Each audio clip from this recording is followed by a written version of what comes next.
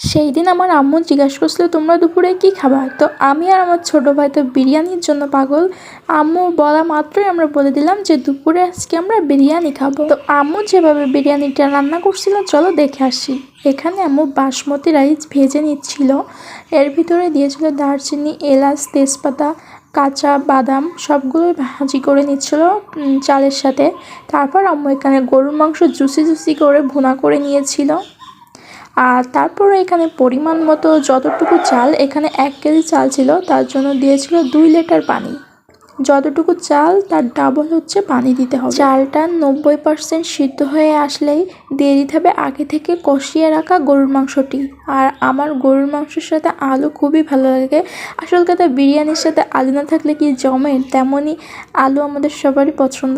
তারপর আম্মু এখানে আলু দেওয়ার মাংসটা মিশানোর পরে এখানে দিয়ে দিয়েছিল কাঁচামরিচ আর ব্রেস্তা। কাঁচামরিচটা দিয়েছিল ফ্লেভারের জন্য, কাঁচামরিচের একটা সুন্দর ফ্লেভার আসে পরে। তারপর এখানে দিয়ে দিয়েছিল ঘি। সবকিছু একটু ভালোভাবে মিশিয়ে নিচ্ছিল। তো সবকিছু মিশিয়ে ভালোভাবে ঢাকা দিয়ে রাখলেই রেডি হয়ে যাবে আমাদের মজাদার বিফ বিরিয়ানি। আম্মু যখন ঢাকনাটা খুলছিল না প্রথমে, পুরো বাসা একদম বিরিয়ানির সুগন্ধে ভরে গিয়েছিল। গরম গরম বিফ বিরিয়ানি খেতে যে এত মজা হয়েছিল। এখানে আমি সার্ভ করতেছিলাম, আমার মামা এসেছিল, ছোট মামা। তো মামার জন্য আগে দিয়েছিলাম, যেহেতু মামার ট্রেন 2টার দিকে। তো মামা এখান থেকে খাওয়া দাওয়া করে ঢাকার উদ্দেশ্যে রওনা দিবে।